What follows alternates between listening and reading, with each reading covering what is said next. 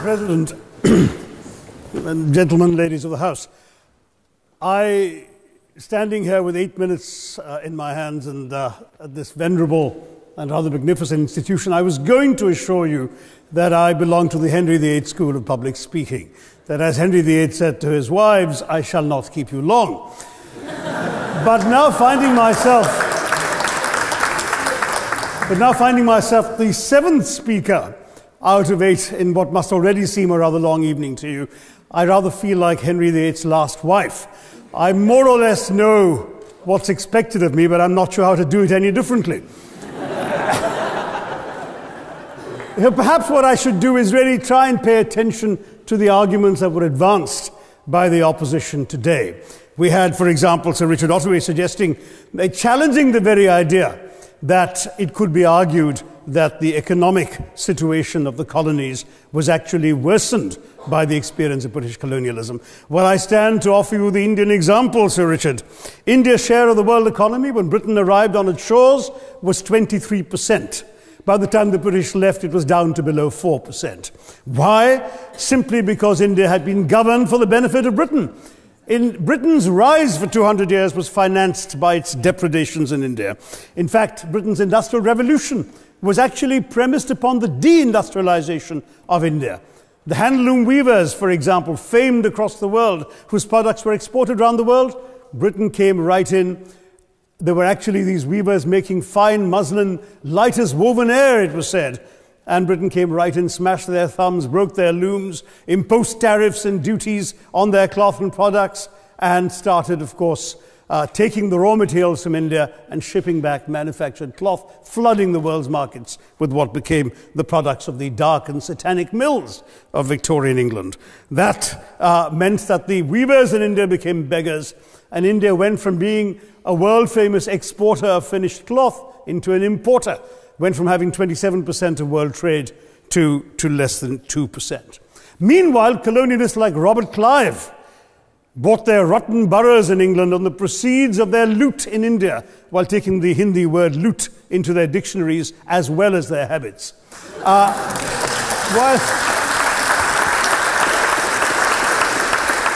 And the British had the gall to call him Clive of India, as if he belonged to the country, when all he really did was to ensure that much of the country belonged to him. By the end of the 19th century, the fact is that India was already Britain's biggest cash cow, the world's biggest purchaser of British goods and exports, and the source of highly paid employment for British civil servants. We literally paid for our own oppression. And as has been pointed out, the wealthy Victorian British families that made their money out of the slave economy, 1/5 of the elites of the wealthy class in Britain in the 19th century owed their money to transporting 3 million Africans across the waters. And in fact, in 1833, when slavery was abolished, what happened was that a compensation of £20 million was paid, not as reparations to those who had lost their lives or who had suffered or been oppressed by slavery, but to those who had lost their property. I was struck by the fact that your Wi-Fi password at this union commemorates the name of Mr. Gladstone, the great liberal hero. Well, I'm sorry, his family was one of those who benefited from this compensation. Staying with India, between 15 and 29 million Indians died of starvation in British-induced famines. The most famous example, of course, was the Great Bengal Famine during the Second World War, when 4 million people died because Winston Churchill, deliberately as a matter of written minuted policy, proceeded to divert essential supplies from civilians in Bengal to sturdy Tommies and Europeans as reserve stockpiles. He said that the starvation of anyway underfed Bengalis mattered much less than that of sturdy Greeks. This is Churchill's actual quote. And when conscience-stricken British officials wrote to him, pointing out that people were dying because of this decision, he peevishly wrote in the margins of the file, "Why hasn't Gandhi died yet?" So all notions that the British were trying to do their colonial enterprise out of enlightened despotism, to try and bring the benefits of colonialism and civilization to the benighted heathen. I'm sorry, Churchill's conduct in 43 is simply one example of many that gave a lie to this myth. As others have said on the proposition, Violence and racism were the reality of the colonial experience. And no wonder that the sun never set on the British Empire, because even God couldn't trust the English in the dark. Let me take World War I as a very concrete example, since the first speaker, Mr. Lee, suggested these things couldn't be quantified. Well, let me quantify World War I for you. Again, I'm sorry, from an Indian perspective, others have spoken of other countries. 1/6 of all the British forces that fought in the war were Indian. 54,000 Indians actually lost their lives in that war. 65,000 were wounded. Another 4,000 remained missing or in prison. Indian taxpayers had to cough up £100 million in that time's money.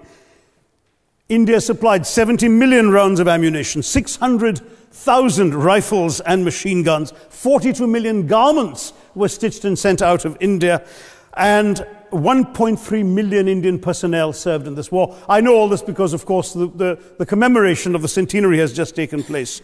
But not just that, India had to supply 173,000 animals, 370 million tons of supplies, and in the end, the total value of everything that was taken out of India, India, by the way, suffering from recession at that time and poverty and hunger, was, in today's money, £8 billion.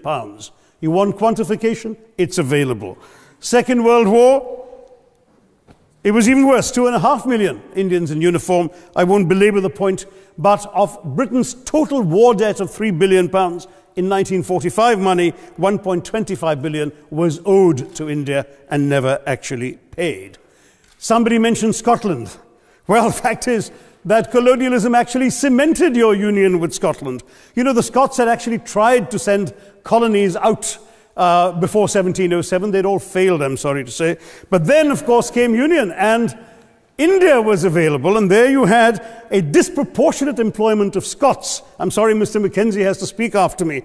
Engaged in this colonial enterprise as soldiers, as merchants, as agents, as employees, and the earnings from India is what brought prosperity to Scotland, even pulled Scotland out of poverty. Now that India is no longer there, no wonder the bonds are loosening. Now, we've heard other arguments on this side. There's been a mention of the railways. Well, let me tell you, first of all, as my colleague, the Jamaican High Commissioner, has pointed out, railways and roads were really built to serve British interests and not those of the local people. But I might add that many countries have built railways and roads without having had to be colonized in order to do so.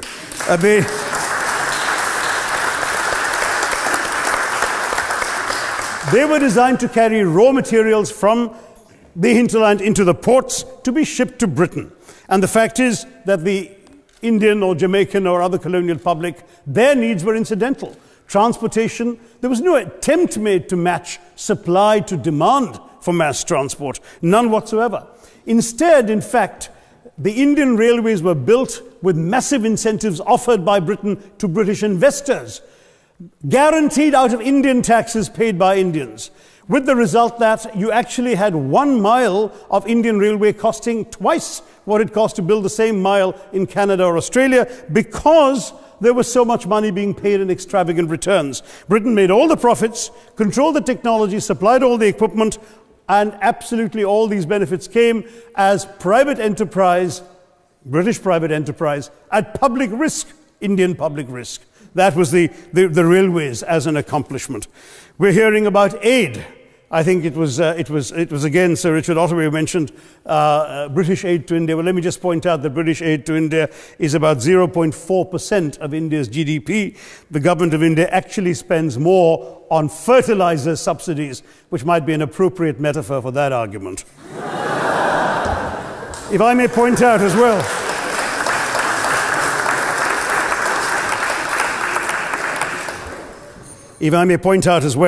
that as my fellow speakers from the proposition have pointed out, there have been incidents of racial violence, of loot, of massacres, of bloodshed, of transportation, in India's case, even of one of our last Mughal emperor.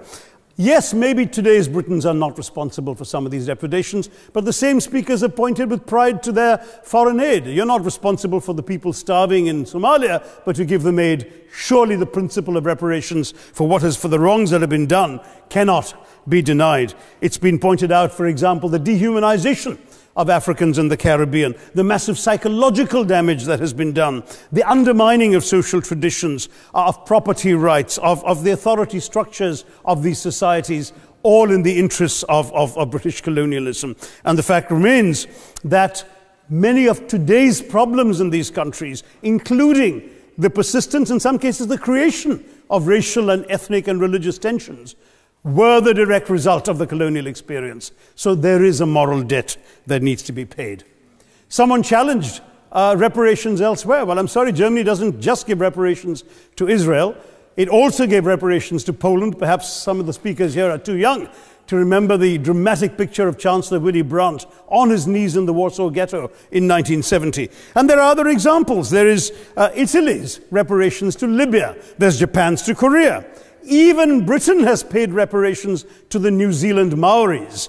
So it's not as if this is something unprecedented or unheard of that's going to somehow open some sort of nasty Pandora's box. No wonder Professor Lewis reminded us that he's from Texas. There's a wonderful expression in Texas that summarizes the arguments of the opposition: all hat and no cattle. Now, if I can just quickly look through the other notes I was scribbling while they were speaking, there was reference to democracy and rule of law. Let me say with the greatest possible respect, it's a bit rich to oppress, enslave, kill, torture, maim people for 200 years and then celebrate the fact that they're democratic at the end of it.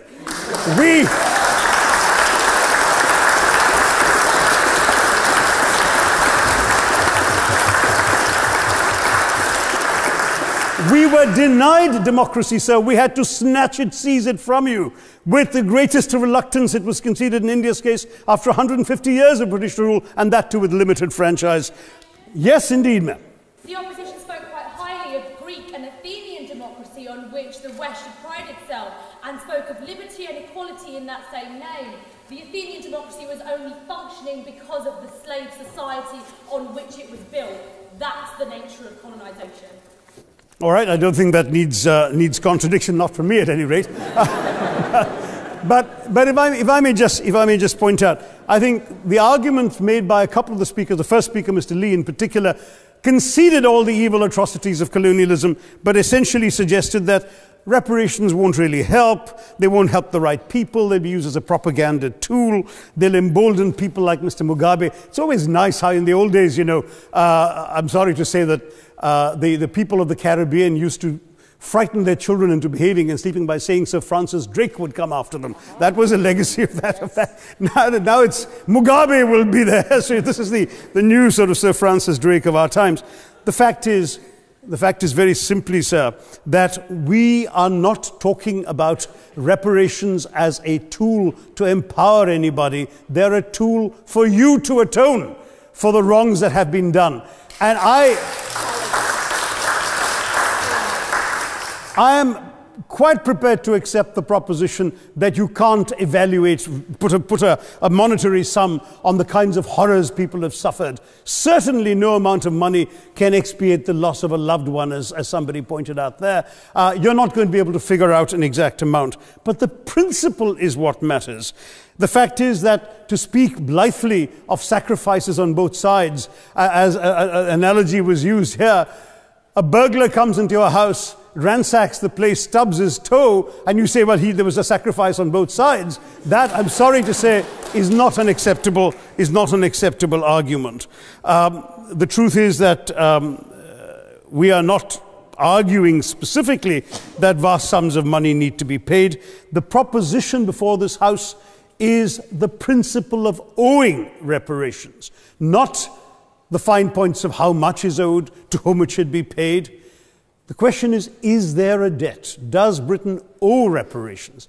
As far as I'm concerned, the ability to acknowledge a wrong that has been done, to simply say sorry, will go a far, far, far longer way than some percentage of GDP in the form of aid. What is required, it seems to me, is accepting the principle that reparations are owed. Personally, I'd be quite happy if it was £1 a year for the next 200 years after the last 200 years of Britain and India. Thank you very much, Madam President.